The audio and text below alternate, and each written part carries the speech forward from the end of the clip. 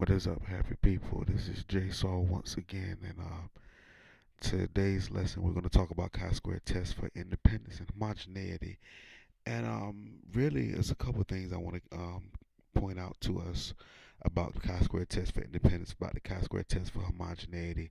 First of all, both of these tests are calculated the exact same way. When we talk about finding our expected counts, it's going to be calculated the exact same way. And even if you look at it, it's going to be a couple of different things. When we look at it, they're going to look exactly the same. We're going to have a two-way table in either case, but what we want to keep in mind is the primary difference between a test for independence and a test for homogeneity. And first of all, I want to give attributes to Gloria Barrett from the North Carolina School of Science and Math for putting these notes together. You will have available to you all a copy of these notes also, as well as the Titanic problem that you will be completing towards the end of this class session. So, looking at the first paragraph, it says chi-square tests for independence are used to determine whether or not two categorical characteristics associated with members of a single population are independent. So, when we talk about a chi-square test for independence, we are looking at a single population. All right, let's keep that in mind. Independence is a single population. All right, we use a two-way table, what have you, and um, for a chi-square test for homogeneity is to determine whether or not two or more populations or treatments are homogeneous. Are they the same? So if we look at different populations, does my whatever my variable of interest does it seem to be the same across multiple populations? So independence, we're looking at characteristics of a single population, whereas in homogeneity, we are looking at multiple populations, multiple treatments. All right, so that's the first thing we want to keep in mind. Let's look at this example. The student newspaper staff at a high school are determining whether or not opinion of the student's disciplinary policy. A simple random sample, a single sample of 266 students was taken, and each student was asked if he thought the current disciplinary policy was effective. They answered yes, no, or undecided. And here we go. We have this information here. Once again, what we notice here is that we have a single sample of students, and we have two different variables, two different characteristics that we're looking at. All right, we're looking at what? Two categorical characteristics.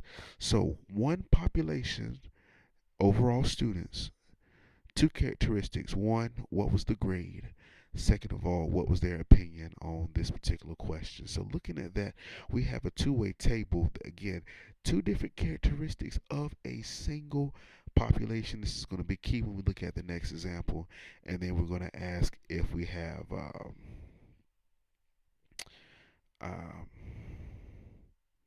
we have the my apologies. We have the grade level, and then we have the decision that's made here. So again, this is a test for independence. All right.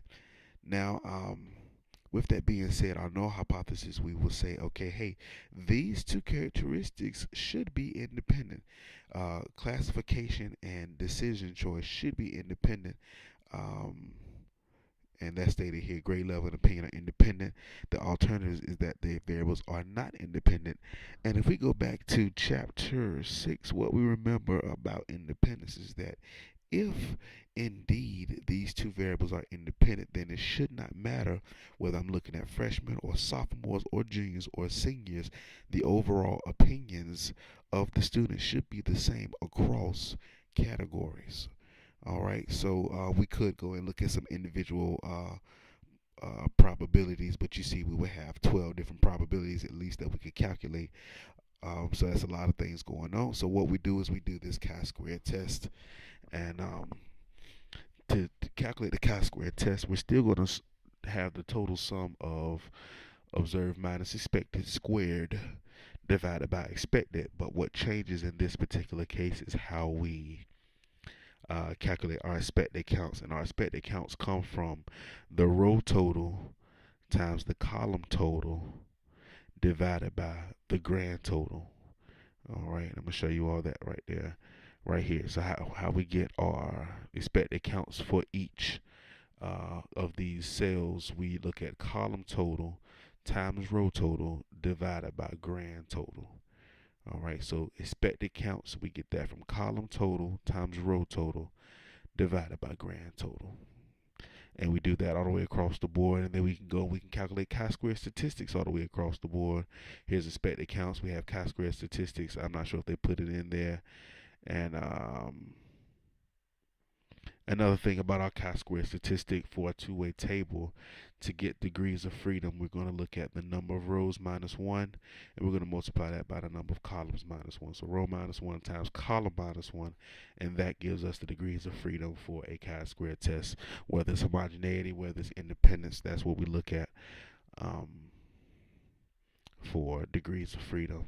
All right, now I want to call up the calculator real quick, because we should hopefully appreciate the fact that the calculator will do a lot of stuff for us as far as us getting this answer. Let me reopen the calculator. Oh. All right, come on, come on. I just noticed you all probably can see what time it is where I am right now. So let's just say I'm ready to get this completed. So we'll be good to go. So what I want to do is I want to hit second matrix, and we're going to create a matrix in order to store these observed counts. The observed counts that we have will go in a matrix. So going back to here, when we go to second matrix, we want to go over to where it says edit, and we want to edit this matrix. All right, so this matrix is just a rectangular array of data, and when we give this first thing that we're being asked to give are our dimensions, and the first number is for the number of rows. We see that we have 3 rows and we have 4 columns. All right, from this point we simply type the numbers in that are given to us. We have 31, 28. Let's go back. 28, 60, 47, 15, 11, 12, 7. All right. And so that's all we need to do in order to do our chi-square test.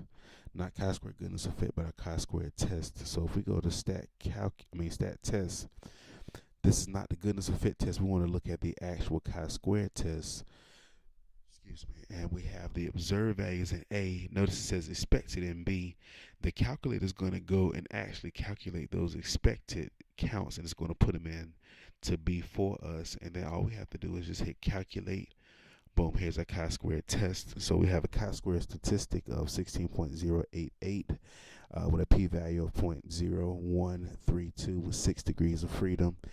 And we see with that p-value, if we're going to assume a 5% confidence level, then we do have significant evidence that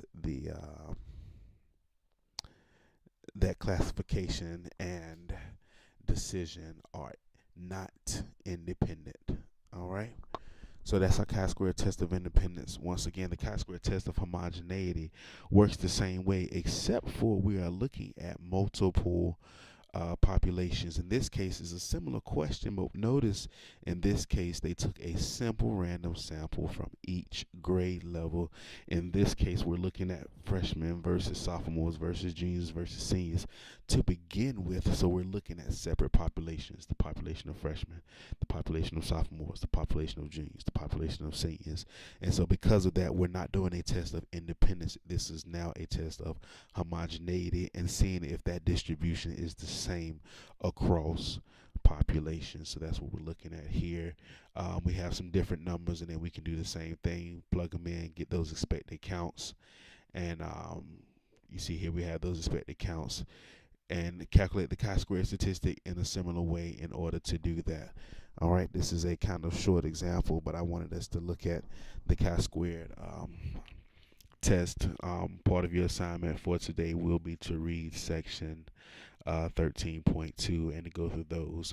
There's going to be a 2-part assignment again to read section 13.2 and make sure you have sufficient notes on that. Also to look over the Titanic problem that will be included as part of this assignment. And I guess that's about it. If you all have any questions, as always, please just shoot me an email or something, and we'll go from there. Thank you all, and you have a wonderful day.